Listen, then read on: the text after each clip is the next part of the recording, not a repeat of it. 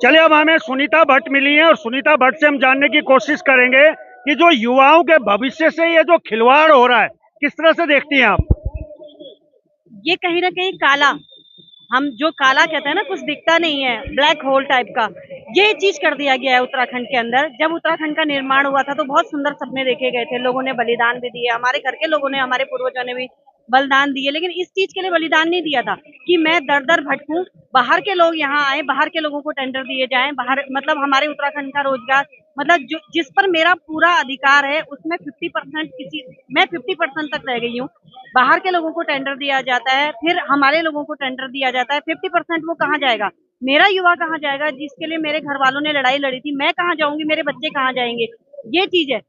रोज रोज नए कानून बनाए जाते हैं, रोज रोज नई नीति बनाई जाती है, उन नीतियों में कोई वर्क नहीं होता, पेपर वर्क कुछ नहीं होता, समझ में नहीं आता कि मीडिया के सामने लेकिन सुनीता, सबसे बड़ा सवाल ये है कि मूल निवास भू कानून की जो मांग हो रही है वो इसीलिए हो रही है कि यहाँ के जो मूल निवासी हैं उन्हें उनके हक हकूक मिल सके। क्या लगता है सरकार क्या कर रही है मूल निवास भू कानून पे?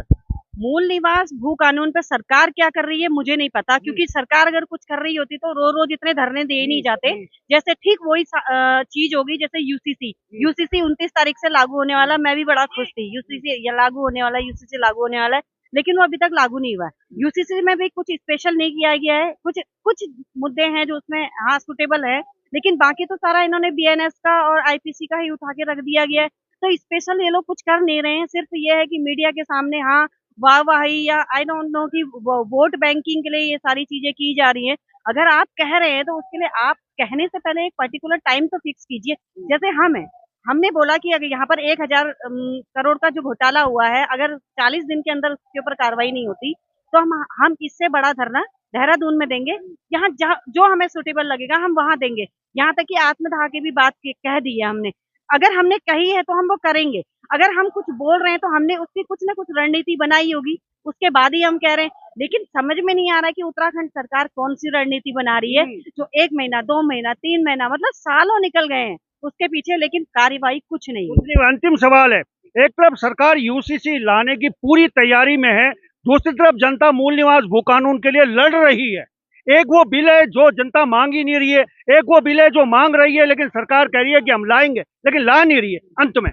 यही यही मैं चीज समझाना चाह रही हूँ कि वो ही है घुमाना, एक चक्री घुमा रहे कि ये अब आप यूसीसी कहिए, अब आप भू कानून कहिए, अब आप यूसीसी कहिए, आप भू कानून कहिए, भू कानून कहिए, फिर उसके लिए कोई ना कोई मेरा ही एजेंडे का मेरा ही कोई व्यक्ति होगा जो पीआईएल डाल देगा। सेम यही चीज होगी यूसीसी के साथ कि मैं यूसीसी के फेवर में आऊंगी, फिर कोई ना पीछे पीछे से कोई ना कोई बैक सपोर्ट में आएगा और वो डाल देगा पीआईएल। अब क्या कहेंगे कि अब तो हमारे हाथ में है ही नहीं, अब वो तो भाई न्यायालय में चला गया। ये ही खिचड़ी पक रही है। मैं कह रही हूँ ना कि कोई भी चीज अगर आप बोल रहे हैं तो आप उसके लिए पहले से रणनीति बनाइए ना, तब आप माइक के सामने आइए, तब आप उस चीज को फेस कीजिए। लेकिन ये सब चीजें नहीं होती, सिर्फ चक्री घुमाई जा रही है और पीठ पीछे ऐसे घोटाले किए जा रहे हैं। बहुत बहुत धन्यवाद समय देने के लिए। Thank you.